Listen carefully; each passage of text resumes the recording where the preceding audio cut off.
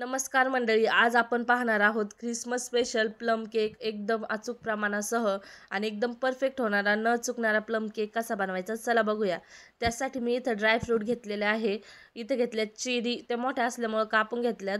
साधे मनुके, काळे मनुके, टुटी फुटी आणि काजू बदामाचे काप आहेत आणि खजूर आहे. सगळं अर्धी अर्धी वाटी घेतले.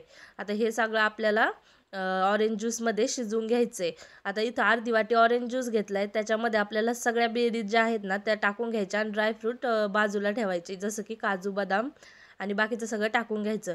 आता ओरिजिनल मेथडमध्ये हे रम आणि वाईनमध्ये ड्रायफ्रूट 6 ते 8 दिवस भिजत घालतात, त्याच्यानंतर हा केक बनवतात. पण आपण इथं इन्स्टंट बनवतोय, त्याच्यामुळे आपण ऑरेंज ज्यूसमध्ये असं शिजवून घेतोय. आणि याच जागेवर जर तुम्ही ओरिजिनल ऑरेंजचा ज्यूस काढून घेत असाल तर तो तुम्हाला रात्रभर भिजत ठेवावं लागेल. आता 3/4 कप साखर घेतली, त्यात पाव कप गरम थोडंसं कोमट दूध घातलं, पाव कपच दही घातलं, पाव कप तेल आणि 1 चमचा आपल्याला इथं हे घालायचं आहे इसेन्स, कुठलंही व्हॅनिला किंवा चॉकलेट जे तुम्हाला आवडेल. आता कोको पावडर प्रत्येकाच्या घरात शिल्लक नसते, त्यामुळे मी इथं त्याचा जुगार दाखवला आहे, जो की आहे कॅडबरी. आपल्याला 3 चमचे किसून घ्यायची आणि ती घालायची.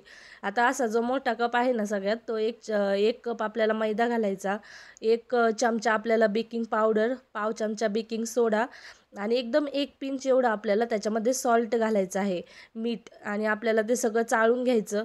आणि हे बघा, व्हिडिओत दाखवल्याप्रमाणे एकाच डायरेक्शनमध्ये आता आपल्याला ते फिरवत जायचं आहे. एकाच डायरेक्शनमध्ये फिरवल्यामध्ये त्यात एअर बबल्स तयार होतात आणि आपला केक एकदम स्पॉन्जी बनायला हेल्प होते.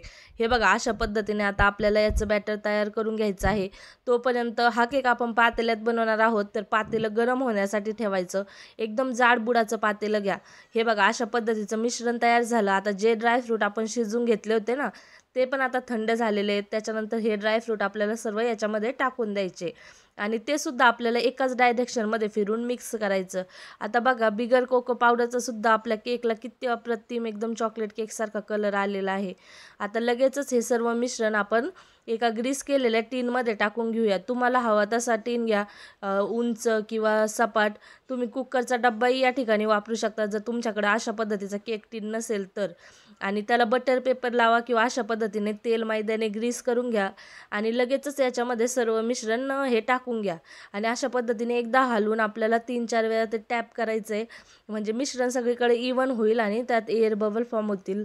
आणि त्याच्यानंतर त्यात जे उरलेले ड्रायफ्रूट होते की नाही, जे आपण अगोदर बाजूला ठेवले होते, ते सगळे ड्रायफ्रूट तुमच्या आवडीप्रमाणे त्याच्यावरती सजवून द्या. आणि आता हा केक टीन आता लगेचच आपल्याला प्रीहीट केलेल्या पातेल्यामध्ये ठेवून द्यायचा आहे. आणि जर तुम्ही पातेल्यात न बनवता ओटीजीत बनवणार असाल तर 180 डिग्रीवरती अगोदर 10 मिनटं आपल्याला प्रीहीट करायचं.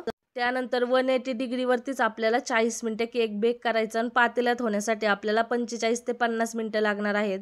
अशा पद्धतीने केक ठेवून घ्यायचा आणि जाडबुडाचं पातेलं घ्या. 45 ते 50 मिनटं झाल्याच्या नंतर आपण एकदा केक चेक करून घेऊ. वरून एकदम कोरडा झालेला आहे. आता एखादी टूथपिक किंवा छुरी घालून तुम्ही चेक करू शकता. हे बघा, केक एकदम क्लीन आलेला आहे, म्हणजे आपला केक शिजून तयार आहे. थंड होण्यासाठी बाहेर काढून ठेवायचा आणि पूर्णतः थंड झाल्याच्या नंतर आता आपल्याला तो डिमोल्ड करायचा. हे बघा, एक पीस मी तुम्हाला कापून दाखवते. एकदम परफेक्ट असा आपला केक बनवून तयार आहे. कशी रेसिपी वाटली ते मला कमेंट करून सांगा. व्हिडिओ आवडल्यास लाईक, शेअर आणि चॅनलला नक्कीच सबस्क्राईब करा.